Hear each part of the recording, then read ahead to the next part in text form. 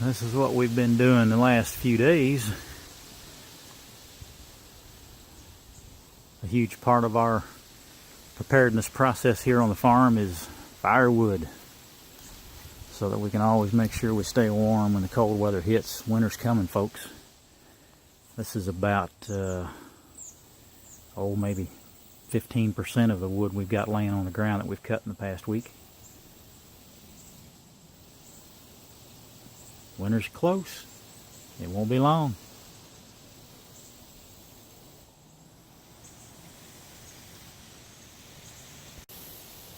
Good evening, YouTube.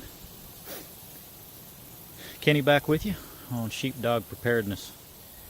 And I wanted to shoot a short video this evening on this Labor Day Monday. Talk a little bit about what's been going on in the weather.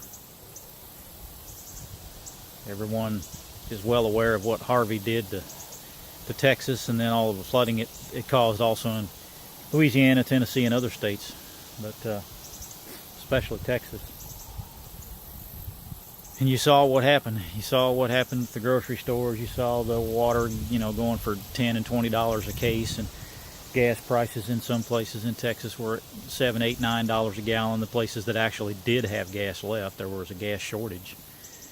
And most of that was consumer driven. It wasn't because there was a shortage on gas. It was because people were panic buying and disrupting the flow by buying way more than what was available. So now our attention turns to Irma. And Irma is not playing. Irma is serious. It's still too early to tell where Irma's going to go. The models are not in total agreement yet, but it is looking more and more as the models progress, and as it gets closer, it appears that it will either do one of two things. It's going to turn right, and that's just because of the high pressure that's in place. It's going to make a right-hand turn. The big question is, will that right-hand turn occur before it gets beyond the Florida Peninsula or after? If it makes that turn before, then it should skirt up the eastern side of the Florida Peninsula and then will make landfall somewhere on the southeastern U.S. coast, probably South Carolina, something like that.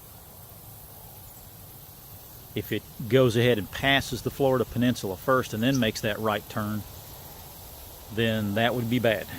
It probably could be worse than the other scenario. Just because in a hurricane, the worst side of it is the north and east side, just because of the way that the storm spins. So the worst storm surge, the worst waves and whatnot are on that north and east side. So if that thing turns right after it passes the Florida Peninsula and it goes up to the panhandle of Florida, then that means the peninsula will just get slammed. And you'll also see an even higher significant storm surge that gets caught in that corner between the panhandle and the peninsula because of the way these storms rotate.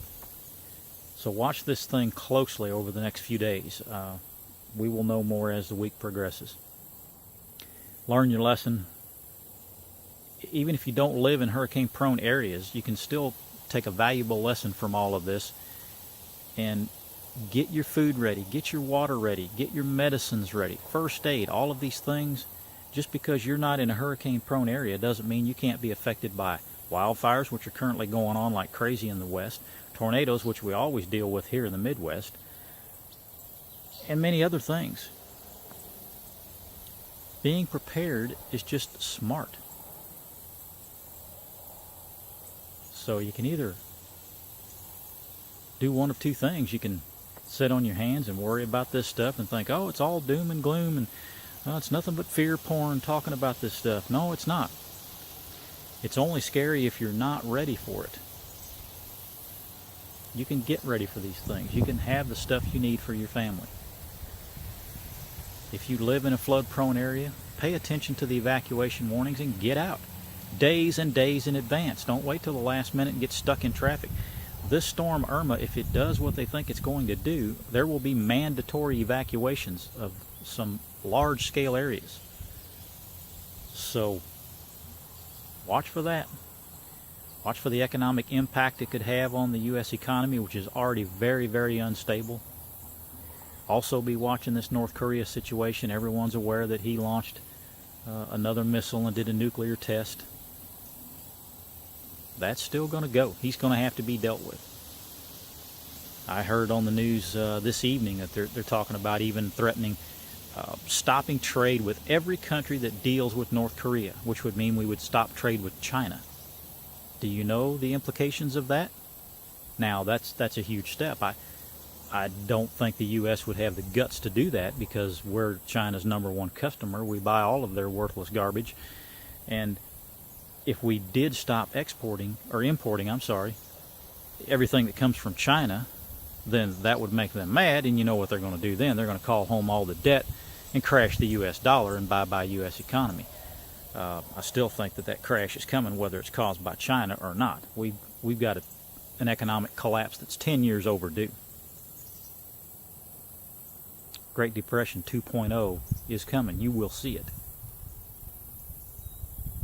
So regardless of whether you're on the coast and you're getting ready for Irma, or if you're in the middle of America and you're getting ready for tornadoes or New Madrid to go, or if you're out west and you're watching these fires, or everywhere else, the impending economic collapse and potential war that's coming, whether it be civil war or whatever, plan smart. If you fail to plan, then plan to fail. Get your stuff together, folks. There's not much time left. If you're not affected by one of these things that's going on, you're going to soon be affected by something else. Are you ready?